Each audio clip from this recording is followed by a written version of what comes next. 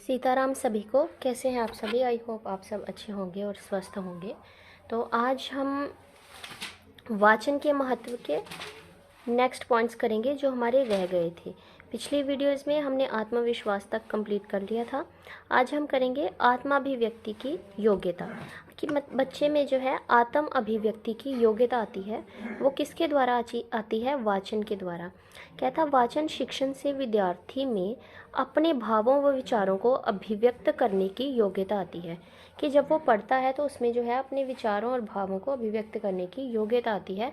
मतलब वो इस योग्य हो जाता है कि वो अपने मन की स्थितियों को, भावों को, विचारों को अभिव्यक्त कर सके, है ना।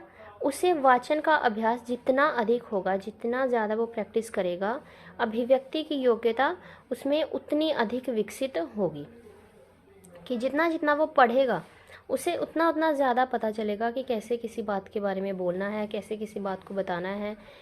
ये काफ़ी सारी चीज़ें जो है हमें पता चलती हैं किसके द्वारा? वाचन के द्वारा। उसकी अभिव्यक्ति की योग्यता में जो है उतना अधिक जो है विकास होगा, वो उतनी अधिक विकसित होगी, चाहे वह मौखिक अभिव्यक्ति हो या फिर लिखित अभिव्यक्ति। क्या होगा कि अब जब वो पढ़ेगा ना, जब वो मौखिक मुंह से बोलने की अभिव्यक्ति करेगा, मुंह से बोलेगा तो भी वो बहुत अच्छे तरीके से बोल पाएगा, विकसित होगी वो अच्छे से।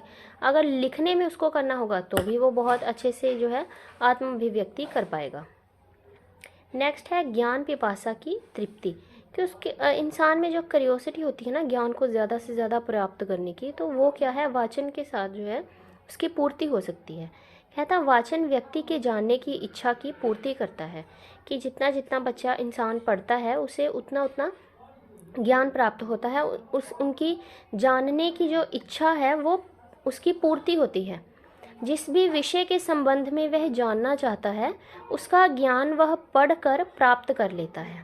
ठीक है, जब वो किसी के भी बारे में जानना चाहता है तो वो उसके बारे में पढ़ता है। अगर हमें हिस्ट्री के बारे में जानना है, हम पढ़ते हैं, सर्च करते हैं गूगल से, यूट्यूब से, या फिर कोई बुक से पढ़ते हैं।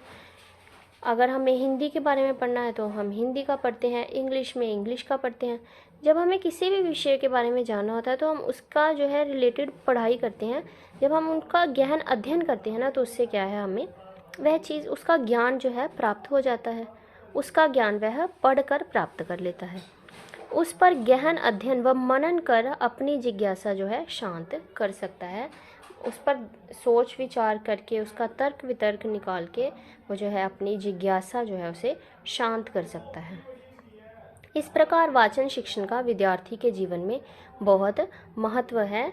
इसके महत्व की व्यापकता शिक्षण उद्देश्यों में और अधिक परिलक्षित है।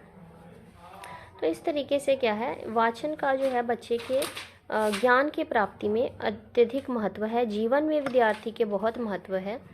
तो ये हमने आज वाचन के महत्व के सारे पॉइंट्स कंप्लीट कर लिए हैं।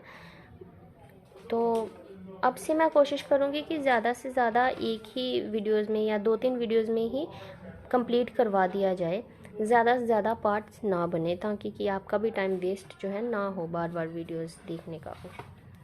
तो इसमें टोटल हम देख लेते हैं कि 15 पॉइंट्स थे।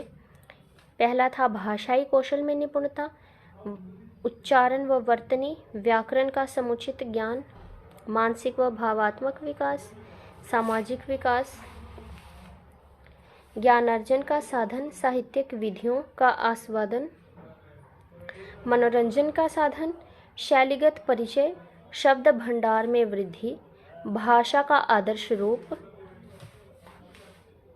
रचनात्मक योग्यता, आत्मविश्वास और आत्माभिव्यक्ति की योग्यता, और साथ ही साथ ज्ञान पिपासा की तृप्ति हो जाना।